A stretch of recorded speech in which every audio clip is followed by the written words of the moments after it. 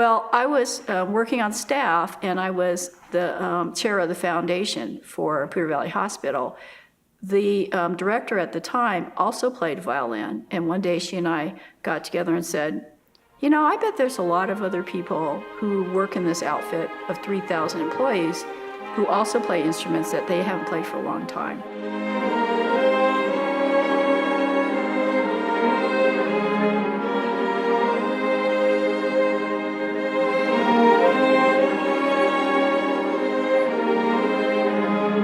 In a community orchestra setting, I think people practice to what they want out of it. You know, if you just want to come play and not practice the music during the week, some people do that. Other people go home and they want to make whatever we're playing their workout for the week and bring as much excellence as they possibly can.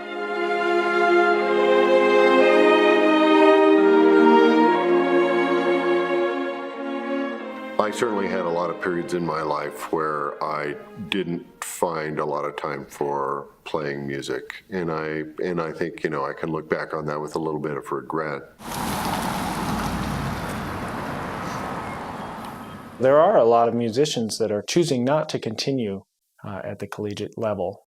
I would say 70–80% probably don't continue. 80% might not do it in the same fashion that they did it in high school. I think about 80% would probably quit after they're done with high school. It's not like they're unhappy to be there. They just don't see what the point would be to continue.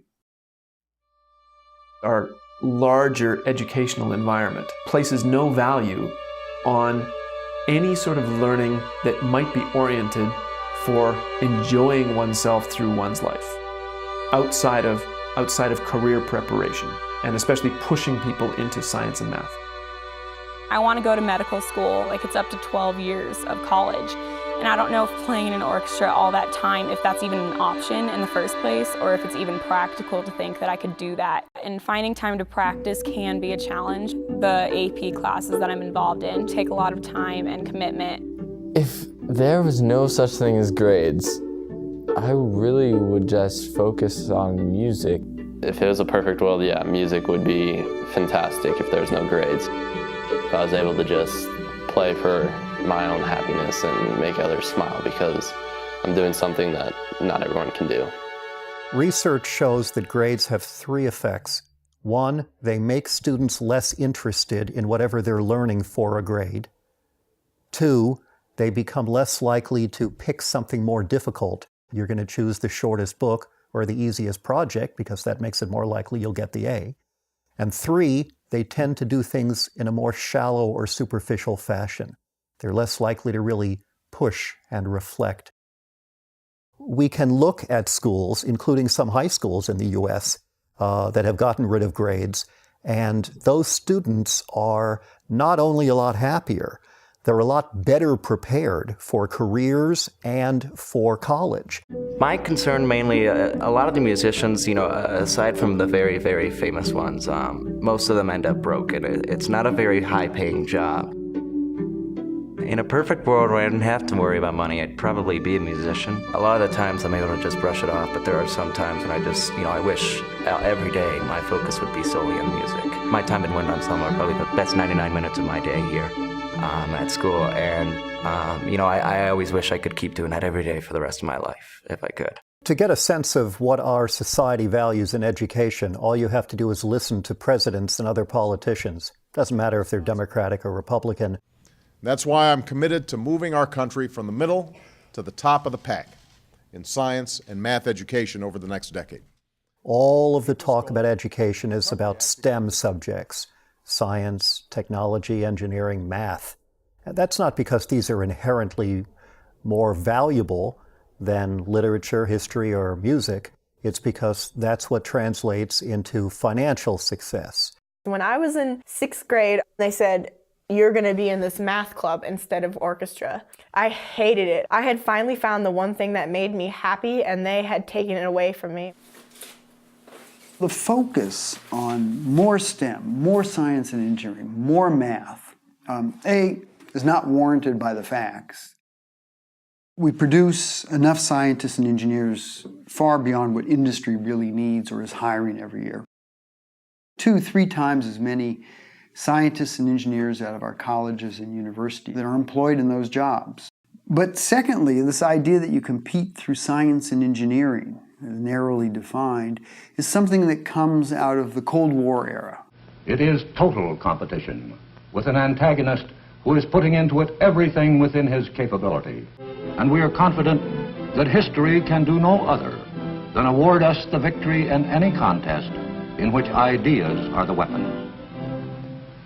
It is as if schools exist for the sole purpose of propping up the nation's international competitiveness. You know, a lot of kids have to give up certain music classes or art classes because of the core classes that they have to take. If we take the newest educational trend, the Common Core, and if you look at its mission statement, it is all about preparing students for college and career. This is quite different than just, for example, the sort of belief system or value system that occurred in the progressive education era of the early 20th century, for example. They were clearly concerned also with preparing people for life. And that life part has disappeared from our educational conversations. It's one thing to say, I've got to make a living and it's not easy to get a job that allows me to pay the rent. I have to focus on that, it's naive not to. But some people use that fact to justify a single-minded focus on things like money. And I think that's a problem, because otherwise you wake up years down the line and say, what the hell happened to my life? I was so busy thinking about how I'm going to make more and get more stuff that I've lost track of how I can do good in the world and how I can do something that I find genuinely pleasurable.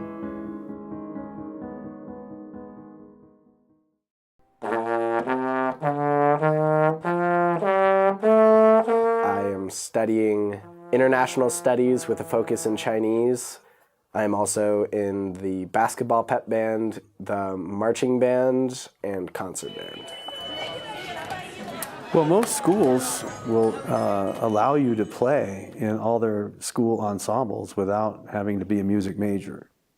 You know, a lot of kids don't take advantage of that.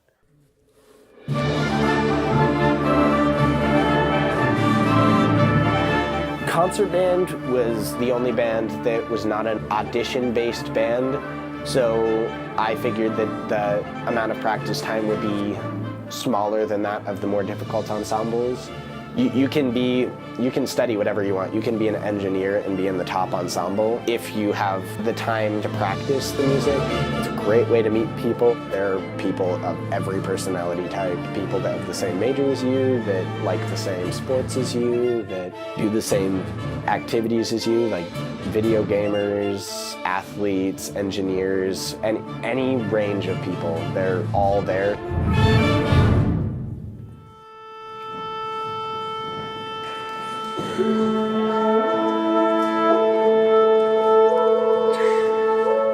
The goal of this group is to sort of be the most inclusive orchestra ensemble at the school. A lot of music majors do get involved, but it's basically a non-music major group.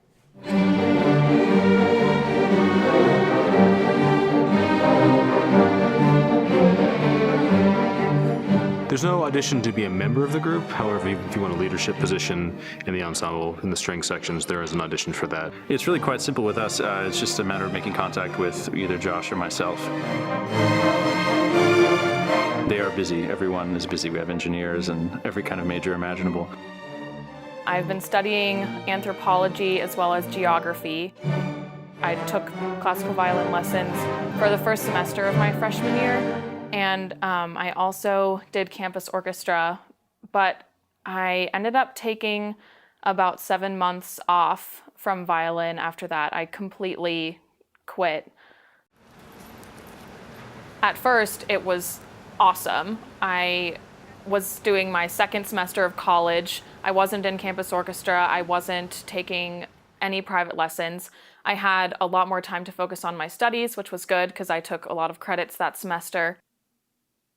But then over the summer, I started to realize, wow, I used to spend so much time doing this and now I'm not doing it at all. And I put so many years of my life into playing that. I realized I really didn't want to throw away all that I worked for in that time. I missed it so much and realized how much of a stress reliever playing music is for me, and how important it is in my life, that I started doing it again this fall. So I'm so glad to be back in campus orchestra.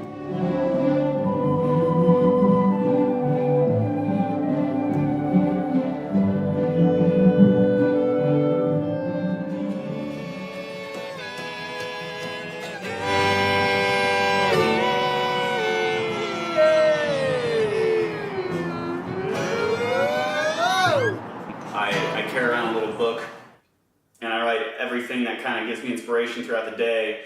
And you know, when I'm feeling in the mood or I have time, I come home and I try to translate it onto paper first. And then I print it out and put it into here. This is like, I mean, it's not everything I've written, but it's everything that I've fixed up to the point where I would perform it.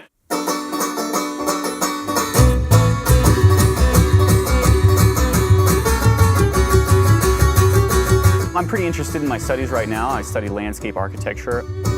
She's headed down south, gonna take them all where she belongs. She's leaving, I'm grieving, just leave me. In landscape architecture, it's actually a very, very visual art focus. There's lots of drawing, there's lots of Photoshop and all kinds of computer modeling and stuff like that. Follow me, I'm sorry. 350 miles south where she belongs. Landscape architecture takes up a ton of time, like it's a very demanding major. So I spend a lot of the time during the day, I wake up and I try to get as much done as I possibly can throughout the day. That way I can focus on other things in the evening.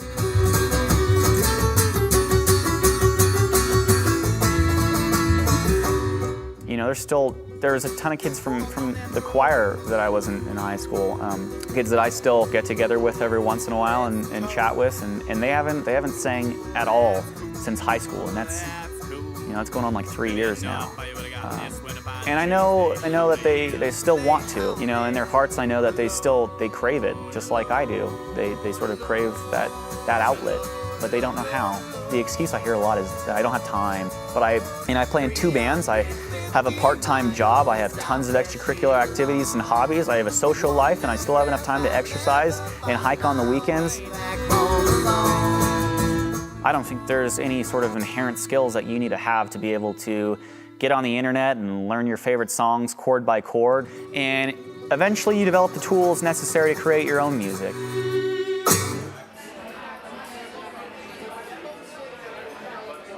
I graduated from the University of Colorado with a degree in choral music education, and then was lucky enough to walk straight out of my college to one of the most sought-after jobs, and then spent my whole career at Fairview High School, 38 years.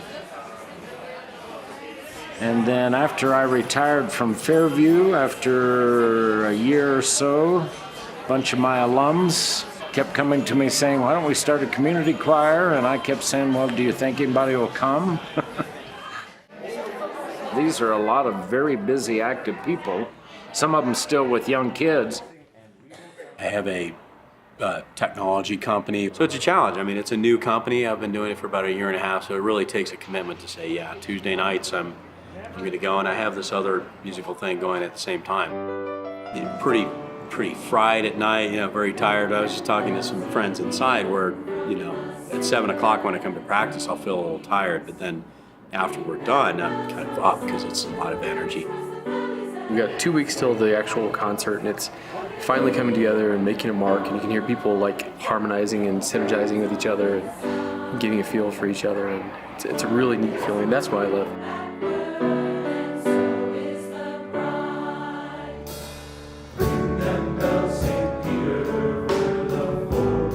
You you can always fit music into your schedule if you choose to. What you'll often find is that the people who aren't music majors can be some of the most dedicated people in the music ensembles at a college. When I was in college, standing on one side of me was a pre-med major, and on the other side of me was an astrogeophysicist major, and they built their whole schedule around that 1 hour of choir each day because they both said that's what makes me able to cope with the pressures, and they literally would not let anything interfere with that. You know, there's basically two ways we choose our professions. We either choose to be involved in something that just makes a lot of money, and then we find ways on the side to feed our passions, or we decide to make a living with our passion. My best friend from high school, who is very artistic, he's a sculptor, he's done all kinds of things, but he earned his living most of his life as a plumber, which was definitely not his passion, but that was the way he figured out he could earn the most money. Then on the side, he was always doing interesting stuff. My senior year in high school, we read Pygmalion, and there's a line in there where Higgins says something to the effect of, "Fortunate is the man who can earn his daily bread at his passion." And as a high school senior, that really hit me, because all of a sudden I thought, well, what's my passion? And I realized, well, it's music, and that's when I decided I wanted to be a choral director. It was right there in that class. I was planning to be a math teacher and a coach because I was in sports and I was real good in math. And I think that would have been fun too, but all of a sudden I thought, you know, math really isn't my passion.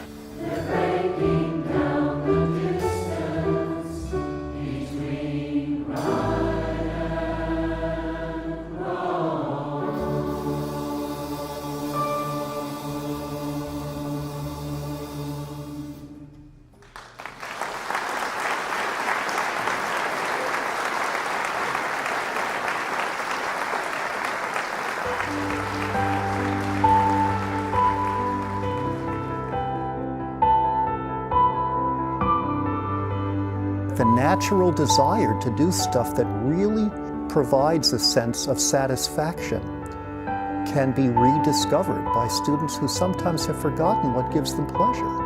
I hear from students all the time who have finally shaken free of this and said, screw it. What? I am sacrificing my entire high school career in search of the almighty A here. The result is I'm cutting corners and I'm not being true to myself. I think it's important for people to say, I'm not going to have a life like that, to declare how their life is going to be in the future. That's a powerful thing to do. Most people don't do it. This is now going to be about learning. It's not going to be about chasing a grade. Music makes us smarter. Music makes us more diligent. Music makes us more creative, but I don't think that those are the reasons why we are in love with music. I don't know. It just adds something to life that nothing else can. I have music that, God, when I play it, it just takes me right back to that moment, and I feel the same way that I did. It's just it's a record book, you know. Music begins where words end. My heart goes out to people that can't, really experience music at that level. Music is a vital part of my life. It's a lifelong learning process. You never stop learning. Music will always be a big element in my life, because it doesn't really matter how busy I get and how crazy my life gets. That'll always be a sort of a part of it.